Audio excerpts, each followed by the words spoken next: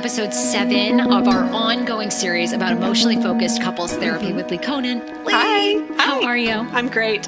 Well, today we're going to do our second exercise, which is an exercise called highs and lows. Any couple can do it at any time. And before we actually get into it, just really quickly, we were talking about this because this question kind of came up of, you are an emotionally focused couples therapist. I am. And we were like, no, what do you do when you have arguments in your own relationship? Right. Yeah. So you brought up a good point. No matter how much you do this work, things are still going to come up, right? Absolutely. Conflict is still going to start and it's still going to happen. You're right. We all get stressed. We all have frustrating days. We're all annoyed with each other at times, and it's going to come out.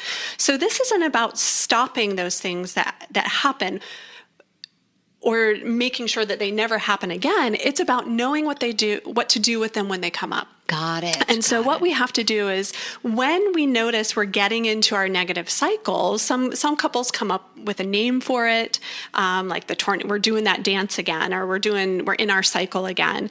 And the idea is you're more aware of it because you've done this work, so you can identify it and you can slow it down when it's happening, and you can repair anything that's happened in the course of the interactions, so that you're not increasing conflict, you're actually down-regulating conflict. And then you can actually talk about whatever it is that you talk about. Like one of the things I often say to my husband when I'm in this place and I feel like he's not getting me, I will tell him that. I'll say, I feel like you're not getting me. I feel like you're not with you. I need to know that you're with me. And that cues him in because we've done some of this work between ourselves. He knows what that means now. Right. And he's able to go, okay, I see what you're needing right now. Okay, yes. Got it. And we can slow it down. So tell us about highs and lows. What is that exercise and how do we do it? Yes. So I love giving my couples a highs and lows exercise. It's so simple to do, but the idea behind this is we're so distracted in our relationships today. We have so much going on. We have to take the time to connect. And our brain learns by repetition and also ritualizing something that can be really good. And so what we want to do is at the end of the day, what I ask couples to do just to begin connecting in with themselves and sharing themselves with their partner is to talk about what was a high of their day and what was a low of their day. And not only just what it was, but why was it a high? Why was it a low? Because I'm wanting to begin to get them into their awareness of their emotion, going, why was that a high? How did that feel for me to have that high? And why was this a low? What was it that came up for me that made it a low? So it's an exercise that I give couples to do kind of starting from the beginning of our therapy work, because I want to get them talking. I want to get them sharing. I want to get them accessing their own experience in just a small way as we begin to do the work. And I'm assuming like with exercises like this, I mean, obviously you're doing them not in front of the TV, right? Not with cell phones, and probably ideally in person, right? In person. Absolutely. In person, if you can. I know a lot of couples travel, and they may be on work travel or out of the country, or it's hard to connect. And so whenever they do have the time to connect, catching each other up on what's been happening in their life for the last day or the last 2 days, and being able to talk about, what have been the highs, what have been the lows. And this also helps you get a inside look into what your partner's been through in the last few hours or last couple days. And you recommend daily when you start? I recommend daily, absolutely, because the brain learns by repetition. We need to make this a habit that you're doing so that then all of a sudden you're doing it without realizing it. Right. Yeah. Absolutely. Another thing is that when couples get a little bit deeper in this work, I'll shift the highs and the lows question a little bit to having each other ask, where's your heart been?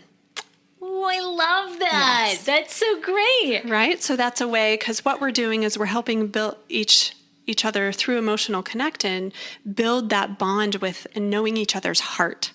And so we want to encourage it and build the safety to share our hearts with each other. And one other question, because Dan and I always go back and forth about this too. Yeah. How long, on average, do people come to see you? Like, because I always think, can't we just always be in couples therapy? Right. for I life. know. It's so, because, you leave there and you feel so good. You feel so connected again. Yes. So how long does the average couple stay in therapy? Or do you have people that do continue to see you every couple months for years and years? How does that usually work? It depends. It really depends on the couple. But EFT is meant to be a short-term therapy, which means the goal is I need to work myself out of a job.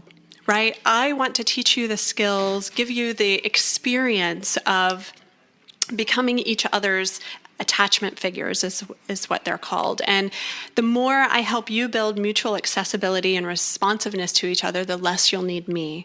And so EFT, what research has found with that is that between about 10 to 12 sessions is in about 70 to 75% of cases, couples move from distress to recovery. Yes. And creates improvement in about 90% of couples coming in for therapy. Love it.